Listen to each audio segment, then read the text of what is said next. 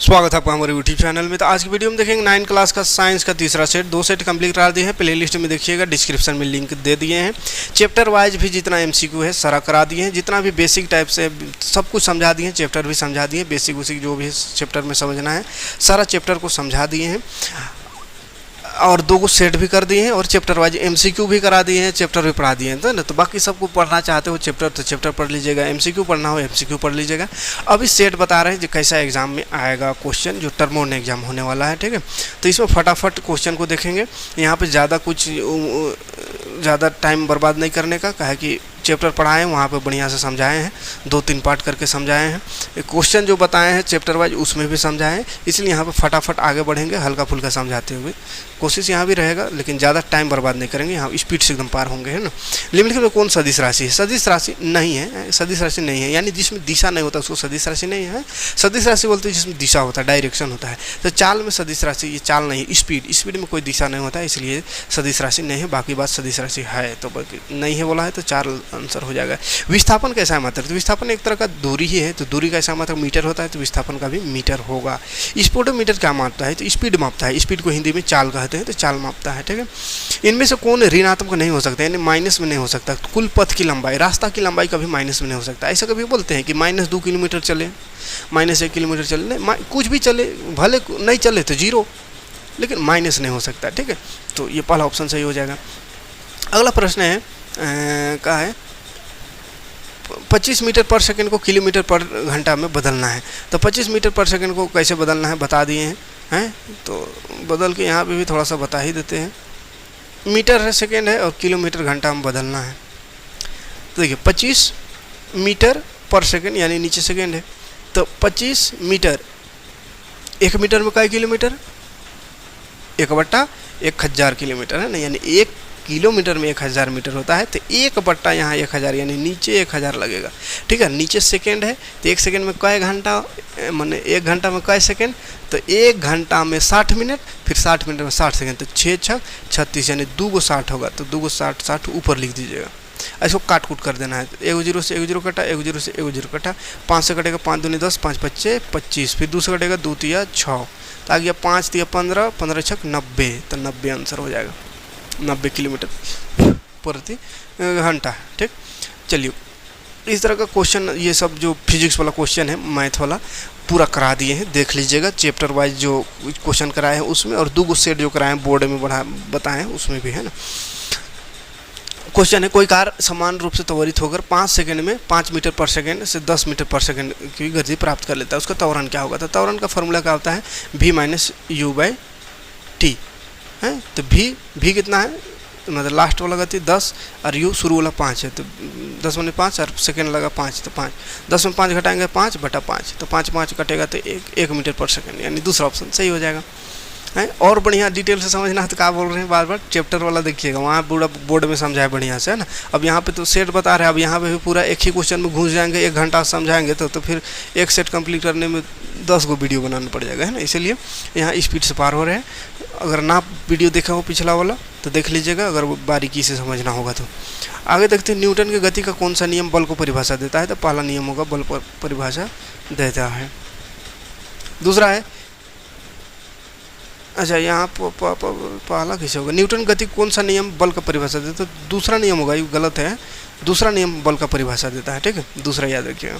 किसी m द्रव्यमान माने m मास है और उसका वेग भी है, तो उसका संवेग क्या होगा? तो संवेग का फॉर्मूला होता है p का फॉर्मूला mv, मास गुना वेलोसिटी, तो mv चौथा ऑप्शन सही हो जाएगा। जड़त्व का नियम प्राप्त होता है न्यूटन के कौन सा नियम से? तो प्रथम नियम, पहला नियम से प्राप्त होता है जड़त्व, है ना, और दूसरा नियम से गति प्राप्त होता है, बल प्राप्त होता है, बल का परिभाषा। 10वां क्वेश्चन है, 2 kg द्रव्यमान वाली वस्तु 5 मीटर पर सेकंड स्क्वायर से त्वरित करने पर कितना बल की आवश्यकता होती है? F फॉर्मूला होता है ma, तो ma लगा देना है। m दिया हुआ है मास 2 kg और a एक्सेलरेशन है 5, तो 5 दूनी 10, तो 10 न्यूटन आंसर हो जाएगा। अगला क्वेश्चन है, सार्वत्रिक गुरुत्वाकर्षण स्थिरांक बड़का जी, 2 g होता है, वो छोटका जी का वैल्यू होता है 9.8 मीटर पर सेकंड, और ये बड़का जी पूछा है, तो बड़का जी का वैल्यू होता है 6.67 × 10⁻11 न्यूटन मीटर स्क्वायर पर kg स्क्वायर, याद रखिएगा, है। दूसरा ऑप्शन सही है। अगला क्वेश्चन है, यदि 2 वस्तु के द्रव्यमान को दोगुना कर दिया जाए तो उसके बीच का गुरुत्वाकर्षण बल क्या होगा? तो गुरुत्वाकर्षण बल क्या होगा? अगर उसको का चीज़ को दूरी बढ़ा दिया जाए तो गुरुत्वाकर्षण बल का एक फार्मूला होता है गुरुत्वाकर्षण का m1 m2 बटा डिस्टेंस स्क्वायर, है ना। गुरुत्वाकर्षण फोर्स का फार्मूला होता है GF, गुरुत्वाकर्षण फोर्स लिखे हैं GF, वैसे उल्टा वाला GF नहीं समझिएगा m1 m2 bye D square होता है। तो डी स्क्वायर डिस्टेंस का वैध क्रम होता है, तो डी को बोल रहा है यहाँ दुगुना कर देंगे, तो दुगुना का स्क्वायर हो जाएगा, तो दुगुना का स्क्वायर, दो का स्क्वायर चार, चार गुना हो जाएगा ये कौन, गुरुत्वाकर्षण बल, ठीक है। द्रव्यमान को दुगुना कर दे और उल्टा बोलते हैं, देखिए GF का फार्मूला होता है m1 m2 डिस्टेंस स्क्वायर बटा, तो डिस्टेंस बढ़ा देंगे तब तो गुरुत्वाकर्षण कम होगा, है ना, लेकिन यहाँ मास बढ़ाने की बात हो रहा है। द्रव्यमान को दुगुना कर दे तो द्रव्यमान दुगुना होगा तो दुगो है ना, तो दुगुना दूनी 4 गुना हो जाएगा, 4 गुना बढ़ जाएगा ये गुरुत्वाकर्षण बल। और डिस्टेंस को अगर रहता दूरी बढ़ा दिए तो कम होता है, चौथाई हो जाता है ना।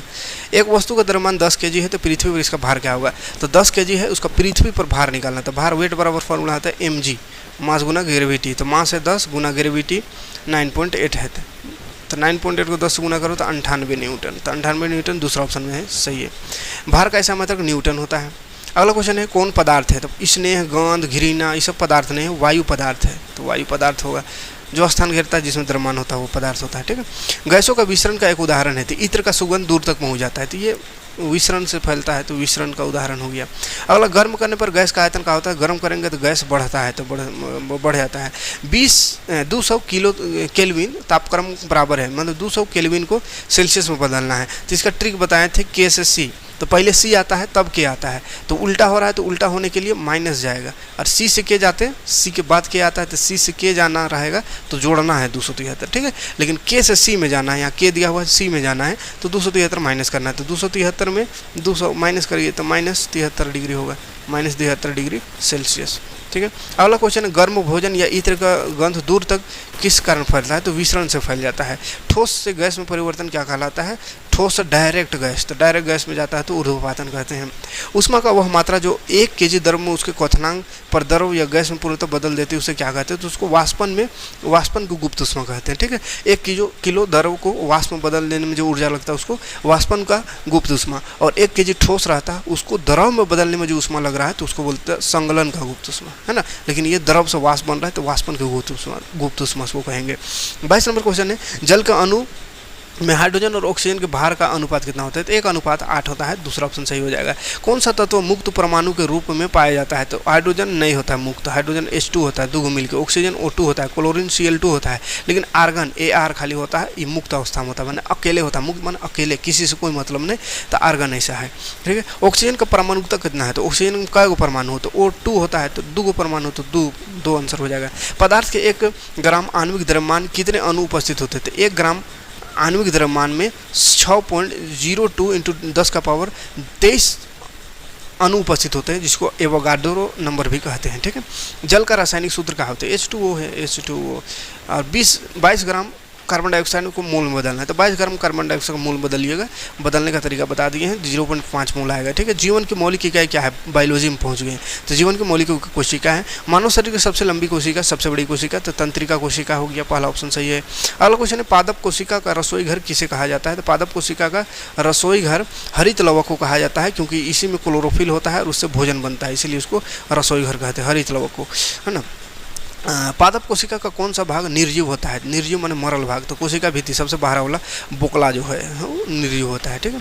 कोशिका के अंदर प्रोटीन का संश्लेषण कहाँ होता है, तो राइबोसोम में प्रोटीन का संश्लेषण होता है, तीसरा ऑप्शन सही है। पादप और जंतु कोशिका में प्रमुख अंतर क्या है, तो पोषण संबंधी मुख्य अंतर है, क्योंकि पादप अपना भोजन खुदे बना लेता है और जंतु अपना भोजन खुद नहीं बना पाता अपना शरीर में, ठीक है, तो पोषण संबंधित मेन अंतर है। अगला क्वेश्चन है श्वेत तथा रंगहीन प्लेस्टिड को क्या कहते हैं, तो श्वेत या रंगहीन प्लेस्टिड को ल्यूकोप्लास्ट कहते हैं, और रंगीन जिससे आता है रंगहीन माने बिना रंग वाला उसको ल्यूकोप्लास्ट, रंगीन माने रंग आता है उसको क्रोमोप्लास्ट, रंग वाला को क्रोमोप्लास्ट, लाल रंग है या कोई और रंग, और हरा रंग है तो उसको क्लोरोप्लास्ट, ठीक है।